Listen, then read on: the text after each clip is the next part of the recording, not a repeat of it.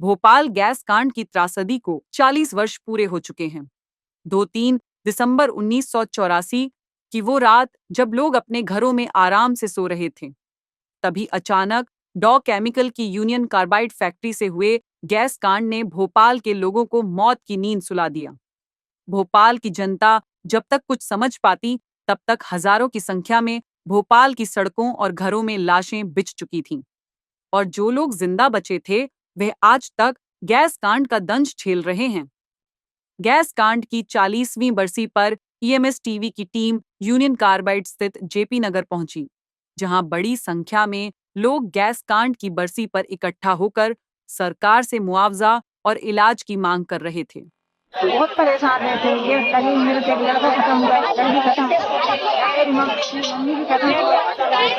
सभी बीमारी से लाचार हो गए। परिवार लड़के का बिना इलाज इतना 1.5 लाख का इलाज हो गया। तो देखकर मेरा सीना में दर्द होता, खाना भूख नहीं लगता। अस्पताल जाते तो अस्पताल जाते आज दवाई देते, आज नहीं होती कहते कल आई इलाज बोले कल नहीं दे। अब कल कौन जाएगा, कौन जाएगा। बहुत परेशानी है। हाथ पैरों में दर्द देता, बहना आंखों में दर्द कर ऐसे पड़ गया, कौन करेगा तो हाँ बोले प्रयास कुछ नहीं। मुआवजा मिल जाए तो अच्छी बात है, मुआवजा मिल जाए तो अच्छी बात है। कोई मुआवजे आजकल कर रहा कोई मुआवजा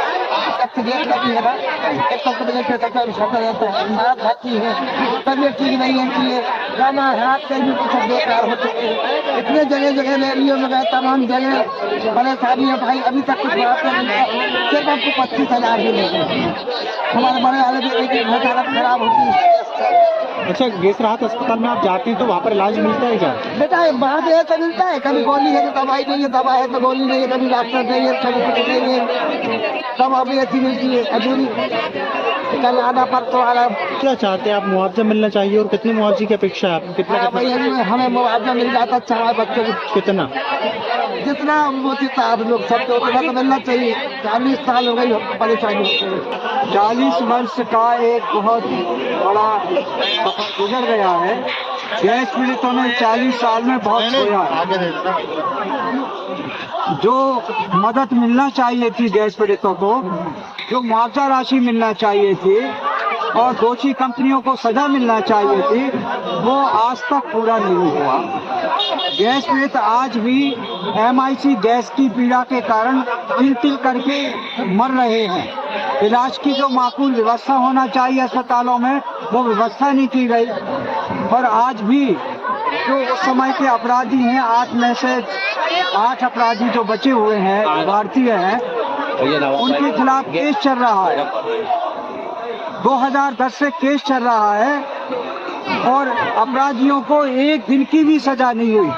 विश्व की सबसे भीषणतम औद्योगिक त्रासदी भोपाल में घटित हुई। हिरोशिमा नागासाकी के बाद यदि बड़े पैमाने पर नरसंहार हुआ था तो वो भोपाल में हुआ था।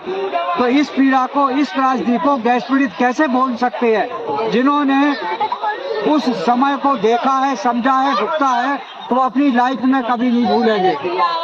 और कैसा मंजर था, लोग भाग रहे थे, सड़कों पर लाशों के ढेर लगे हुए थे और जहां जिसको जगह मिलती थी वो भाग रहा था। और ये समझ में नहीं आ रहा था कि ये हो क्या गया है। अफवाहें उड़ रही थी, कोई कुछ कह रहा था, कोई कुछ कह रहा था। यानी शासन और प्रशासन नाम की कोई चीज ही नहीं थी कि अनाउंसमेंट करें और बताएं कि आप लोग भागिए मत, आप लोग अपने घरों के अंदर रहिए। बचाव का ये उपाय है कि गीला कपड़ा अपने मुंह पर ढक लीजिए, मगर कोई इस तरीके का बचाव के उपाय नहीं बताए गए, ना कोई ऐसी व्यवस्था शासन प्रशासन की ओर से हो पाई। और आज भी गैस पीड़ित अस्पतालों में जाते हैं इलाज कराने के लिए तो लंबी लंबी कतारों में पर्चा बनवाने के लिए खड़े रहते हैं, जबकि होना ही चाहिए कि उनको एक अलग से स्मार्ट कार्ड सबको मिलना चाहिए था और पर्चे बनाने से छूट मिलती, इलाज की माकूल व्यवस्था होती। जो गैस राहत अस्पताल है उसमें डॉक्टरों की कमी है, डॉक्टर नहीं है, अच्छी क्वालिटी की दवाइयाँ नहीं है। तो ये तो स्थिति है। जो गैस पीड़ित विधवाएं हैं उनको जो 1,000 रुपये महीना पेंशन मिलती है वो कभी भी शासन प्रशासन बंद कर देता है। अभी 22 महीने तक पेंशन बंद रही 2019 में। बड़ी मुश्किल से पेंशन चालू करा पाए और 2011 से पेंशन शुरू हुई 1000 रुपये महीना, आज भी 1000 रुपये महीना पेंशन दी जा रही है, जबकि ये 2024 है, यानी 14 साल में एक ही भी रुपया पेंशन की वृद्धि नहीं की गई।